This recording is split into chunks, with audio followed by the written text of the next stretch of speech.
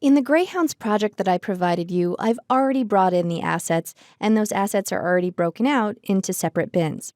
But in order to truly start from scratch in this fast-track training, I want to start from an empty project, just so we can go through the steps of bringing this in. So if you've created an empty project in the last chapter, you can just use that one. If you need to create an empty project, you can do so from the welcome screen.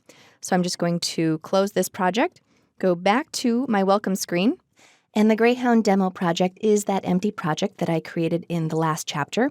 If you need to create one right now, you can just come to New Project. All right, but I'm just going to go inside of that one.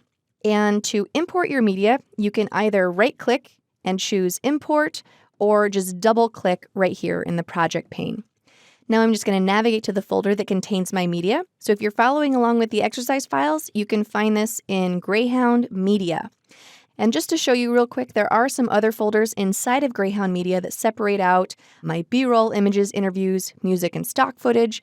And then inside some of these, you also have additional folders describing the B-roll further or the interviews further and so on and so forth. So I'm going to grab these 5 folders and I'll say import, and they're coming in. And this one is just asking me what I want to do with my layered graphic. Okay, I have a Photoshop file. For right now, merge all layers is fine. We'll go ahead and work with layers later in the course, but I'm going to say okay there. All other files come in without any issue. And let's take a look at what we've got here. I'm going to select my project pane and press tilde to maximize. And this should look pretty familiar. I have my B-roll, and then inside there I have my 3 separate categorical B-roll bins. I have my images and then my interviews also broken out, and so on and so forth. All right, so if you do your organization at the Finder level or at the Explorer level in Windows, it can really work out to your advantage to bring everything in organized inside of Premiere Pro.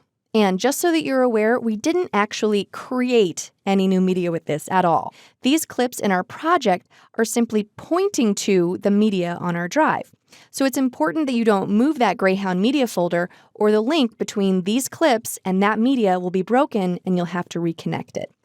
And I also want to be perfectly clear that I did already do all the major work in breaking out and labeling the clips for us so that I could fit all the media within the limited exercise files download limit for lynda.com's website. Now, usually when you're first starting out a project, you're going to point to either a camera card or a hard drive full of files that aren't labeled at all, and then your job will be to do all this categorizing work inside of Premiere. All right, so if I double-click again and point to a different drive, and I take a look here, here's a bunch of files that aren't labeled. I would bring all of those in and then begin to organize and categorize the shots inside of Premiere. Now, I've already done that for you so that we have a head start for logistics sakes, but we still do have a fair amount of work to do. And don't worry, in Chapter 3, we will definitely hit on a lot of those organizing and categorizing strategies. All right, so we're all set to begin taking a look at this footage in preparation for editing together our basic promo sequence. So now that we've gone through the process of getting our assets in the next movie, we're going to move to the Greyhounds project that I provided you in the exercise files.